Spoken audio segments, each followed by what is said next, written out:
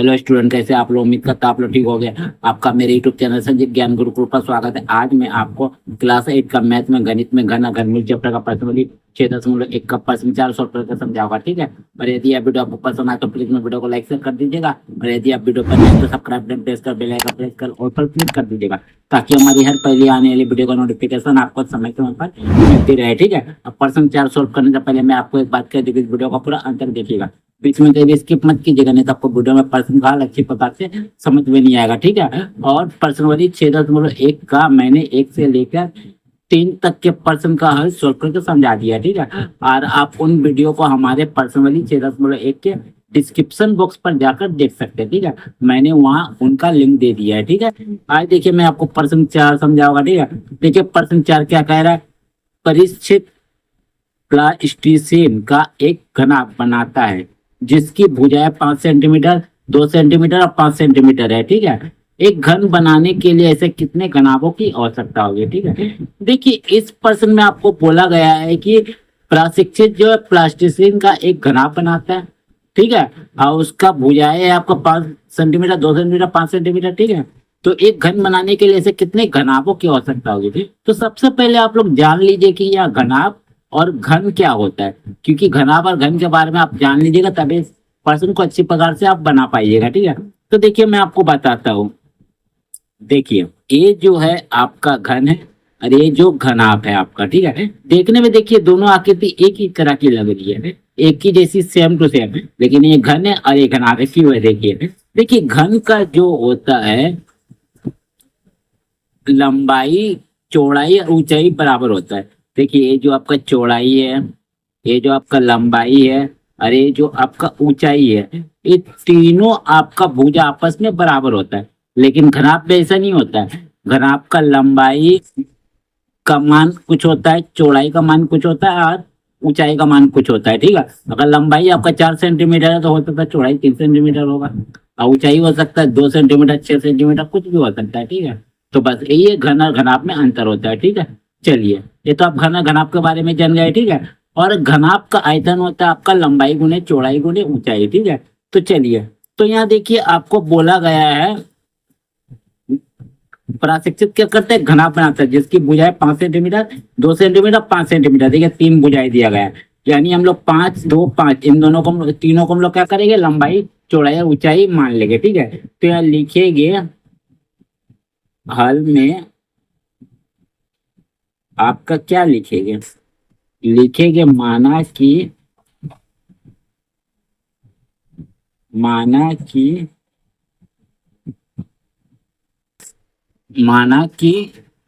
घनाभ की लंबाई, घनाभ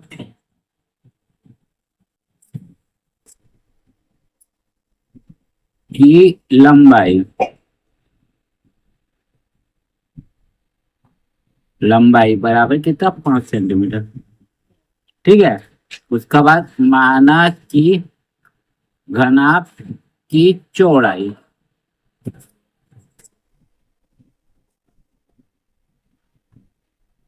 बराबर 2 सेंटीमीटर, ठीक है, 2 सेंटीमीटर, ठीक है। और फिर लिखते हैं माना कि घनाभ की ऊंचाई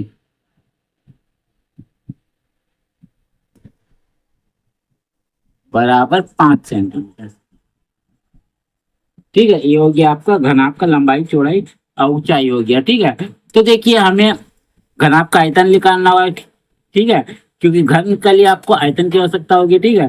तो ये हम लोग लिखेंगे, इसका मतलब होता है सेम टू, ठीक है, जो हमने ऊपर लिखा है वही उतारना है, ठीक है। देखिए इसीलिए घनाभ का आयतन बराबर घनाभ का आयतन बराबर आपका होगा लंबाई गुना चौड़ाई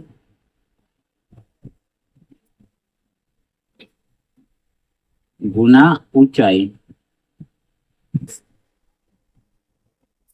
ठीक है। यह घनाभ का आयतन हो गया, ठीक है। चलिए घनाभ का आयतन देखिए, मान लीजिए लंबाई 5 है, 5 लिख दीजिए।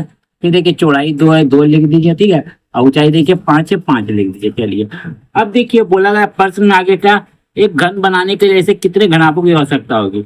तो देखिए घन बनाने के लिए हमें क्या होता है, किसी भी संख्या का क्या होता है, 3 3 के समूह में होना चाहिए। तो देखिए यहाँ 5 देखिए 2 ठो है, मैं सजा देता हूँ एक बार, ठीक है।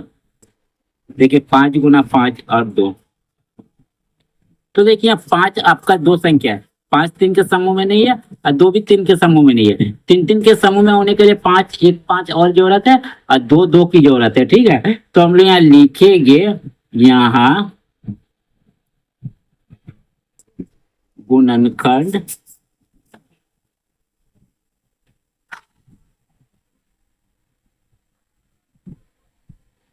गुणनखंडन में संख्या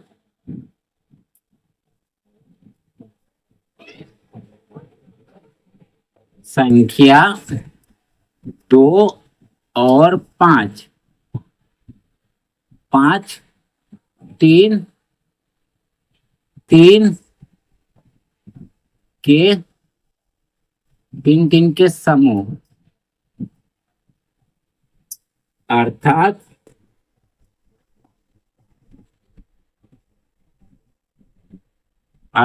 ठीक में नहीं है, ठीक में नहीं है,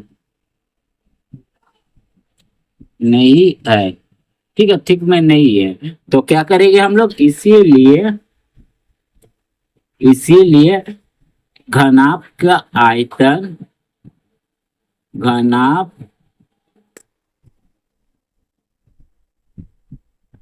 के आयतन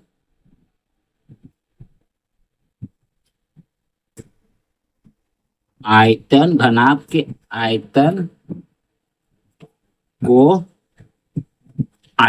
को 2 गुना 5, यानी आपका 5 10 दूनी 20 से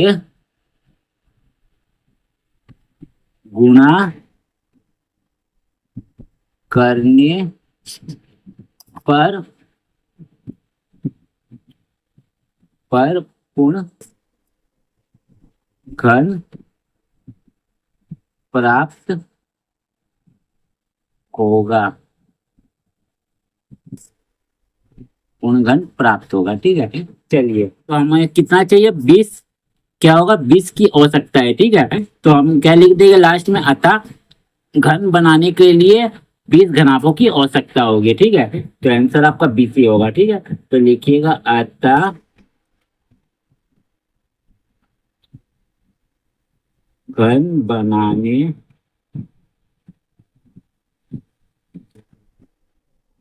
के लिए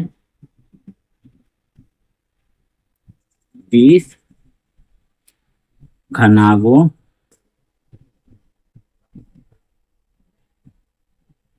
की आवश्यकता होगी,